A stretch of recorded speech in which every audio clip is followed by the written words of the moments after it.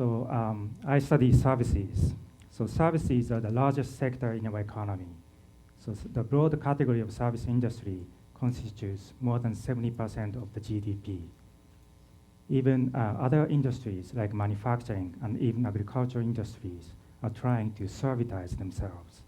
So the service is very important. But what are services really? Some say that services are about satisfying customers by fulfilling their needs, meeting their requirements, or solving their problems.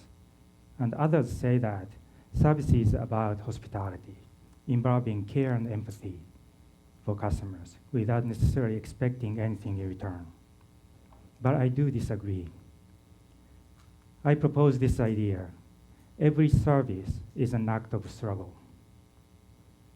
To illustrate this idea, let's look at one scene from a recent film, Jiro Dreams of Sushi. This is a documentary film featuring one of the most well-known sushi masters, Jiro Ono. And here, equally well-known food critic, Masahiro Yamamoto visits Jiro's.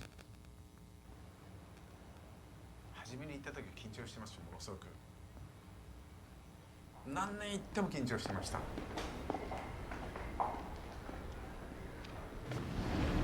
こんにちは。はい、いらっしゃいませ。二郎さんのお寿司を一言で言うと、シンプルを極めていくとピュアになる。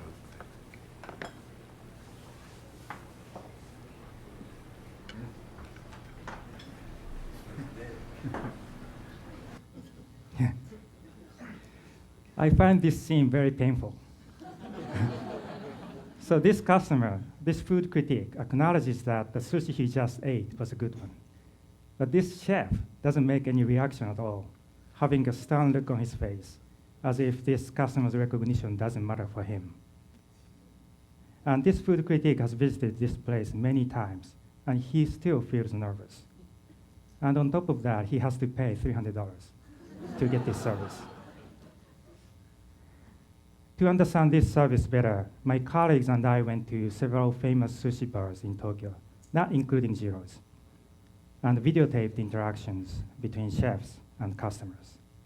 What we discovered was that chefs typically begin with a difficult question that many customers cannot answer easily. For instance, when you are seated, they say, "What would you like to drink?" At this moment, they haven't given you any information about this place. No written menu is handed to you. No price is indicated. And we discovered that not many people can answer this question. Here's the example from our data. The chef says, to begin, what would you like to drink? Then customer says, because it's humid today, I'll have draft beer. And then the chef says, let's go with draft beer. So in responding to the first question, the customer orders draft beer.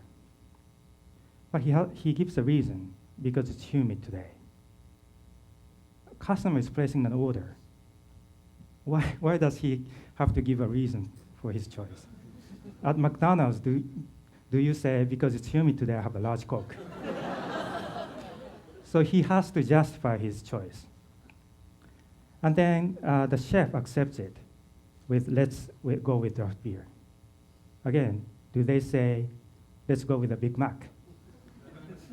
Using this let's, the chef is involving himself and basically agreeing to the customer's choice. So what's happening is chefs ask the initial question without clue. So it's not an easy question. And then customers try to answer that. But the customer is unsure whether he is behaving properly. So after the drink order, they ask you, shall I cut something for you? It's not obvious what this cutting really means.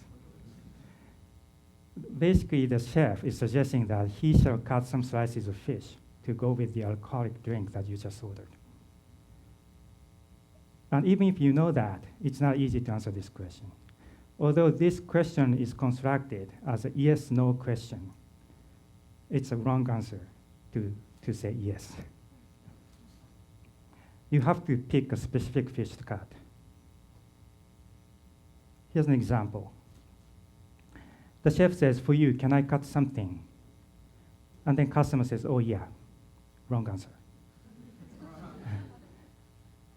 We can make an observation that this customer thinks that he has given a complete response, because after a brief pause, he adds a little, when he could have indicated a specific item to cut. But this response was not complete for the chef. The chef has to elaborate, what do you want to have? And then about 0.4 second of pause follows. And this pause is long enough for the chef to know that the customer has trouble answering the question. So the chef again has to elaborate by providing possible answers to his own questions. Only then could the customer pick a specific item and satisfy the very first question. Through this interaction, the chef can know what kind of customer this person is. So to summarize, the chef tests the customer by posing a difficult question. They see how you respond, how the customer responds to that question. And typically you pay like $200 or $300 to be tested. Why is sushi service organized this way? Existing theories about services cannot give a proper explanation. They just say sushi is weird. But I couldn't take such an easy exit and had to make an inquiry. This is not specific to sushi. This is quite pervasive. If we go to upscale French restaurants, we are nervous. We try to behave properly. It's almost like a test. And even the restaurants in a relatively low price range use obscure names. The Italian restaurant that we studied listed pizza melanzane and pizza salsiccia picante. Most of us non-Italians don't understand what these mean. It's like a quiz. Through a study of a number of services, I discovered this paradox. The more expensive the service is, the less service you get. If you go to a casual restaurant, they smile a lot and try to be friendly, provide much information, such as recommendations, and make a lot of effort not to keep you wait. But if you go to an expensive restaurant, they smile less, stand still with a stern look on their face, and hand you a menu that has little information, and on top of that, you have to wait a lot. But why is this? To seek an explanation, we can review what the word hospitality really means. Here, I'm going to use the help of a French philosopher, Jacques Derrida. Derrida explains that hospitality has an origin in a Latin word, hospes. And hospes consists of two different words, hostis and pets. And hostis means a stranger, and it is closely related to hostilis, which is a hostile stranger, and pets means to have power. So hospitality really means to have power in relation to a possibly hostile stranger. Absurd? But for anthropologists, there's nothing absurd about this. Hospitality is relevant when a stranger comes to a village. This stranger is unfamiliar to the villagers, therefore quite creepy. They may have to go into conflict with this stranger. In such situations, they show utmost hospitality by providing a lot of food and drinks and a comfortable bed and so on. So they want to avoid the conflict. But it's not the whole story. Hans Conrad Peyer, a scholar who studied the history of hospitality, says, by accepting the stranger generously, the host can show his or her power over the guest. The host is not scared and has the capacity to accept such a creepy stranger. And the host tries to overwhelm the guest with utmost hospitality. And by doing so, the host can also gain some eminence within the village. That makes sense. But how about services? Services in our society have a similar but slightly different power dynamic. Services are economic exchanges. So it is crucial to show the value of the service. So let's imagine this sushi chef, Jiro, suddenly starts smiling at you and tries to please you. Do you pay the same $350 for his sushi? You might, but it's uncertain now. Why? This is the paradox of service. If you try to satisfy a customer, the customer will not be satisfied. If you try to please the customer, you become subservient to the customer. And the service from somebody subservient doesn't carry as much weight. So this is a dialectic. Hegel's master-slave dialectic works like this. So we are all seeking recognition from others. To seek recognition, we present our power and try to overwhelm others. But if we beat others down as a result, we become the master and others the servant. But the recognition you get from the servant is meaningless because the servant is completely dependent on you.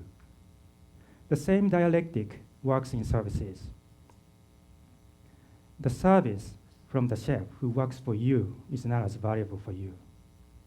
You value the sushi chef's service precisely because they work for themselves, not for you. Now we can understand why they put pizza melanzane on their menu, knowing that most customers don't understand it. This is precisely the point. They are saying that their service is better than what most customers know. That's extraordinary. That's beyond what most customers experience every day. But the story does not end here. Once the service provider presents their service as sophisticated, customers need to live up to that sophisticated standard. That's why customers are nervous going to a French restaurant. They have to behave properly in the sophisticated culture, right? So you pick a wine from a thick list as if you knew the whole thing, although you just picked it randomly. But this kind of tension is quite important for the service. Customers try to stretch out beyond the best of their knowledge and gain more experiences. As customers gain more experiences, service providers are pressured to improve their skills. And to understand that improved services, the customers are encouraged to gain more experiences. So both the customers and providers can improve the service together. If the customer is completely satisfied, they have no reason to struggle to improve themselves and thereby the service. So every service is an act of struggle. So services are not simply about satisfying customers. But do not misunderstand me. It's equally wrong to suggest that we do not need to satisfy customers. This is a dialectic. It's a constant struggle. There's no correct answer. In fact, the concept of customer satisfaction is a complex one. This concept of customer satisfaction includes not satisfying them, satisfying the customers. Like love, for example. The value of love is the highest when the love has not been fulfilled yet. And the love vanishes once it's fulfilled. Or at least the fantasy of it vanishes. I should probably add that marriage is a whole different thing. Because my wife may be watching this talk. Although I have shown you some examples of services as struggles, most services in our society are organized to be unilateral. That is to say, they try to please the customer. Even in education and healthcare, in some cases, they try to please students and patients. And as customers, we are used to it.